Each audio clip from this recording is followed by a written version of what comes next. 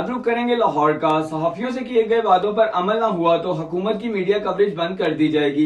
सदर Lahore press club का फिरदौस आशिक अवान की मौजूदगी में ऐलान।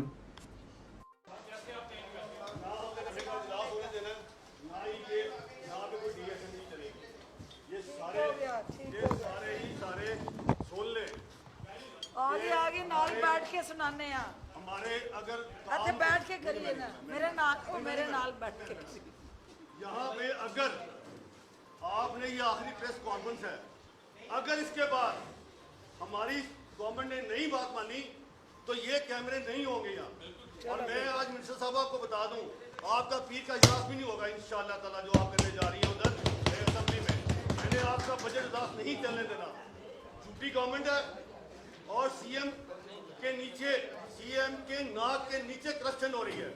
अच्छा चलो बैठो ना, खिताब ये जो करप्शन वाली गवर्नमेंट है, सीएम के सारा स्टाफ करप्ट है, सारी ब्यूरोक्रेसी करप्ट है। अच्छा चलो ना बैठ के करो, बैठ के करो ना, बैठ के करो ना अरशद, बैठ ना, बैठ गल करी ये खिताब नहीं करना ना।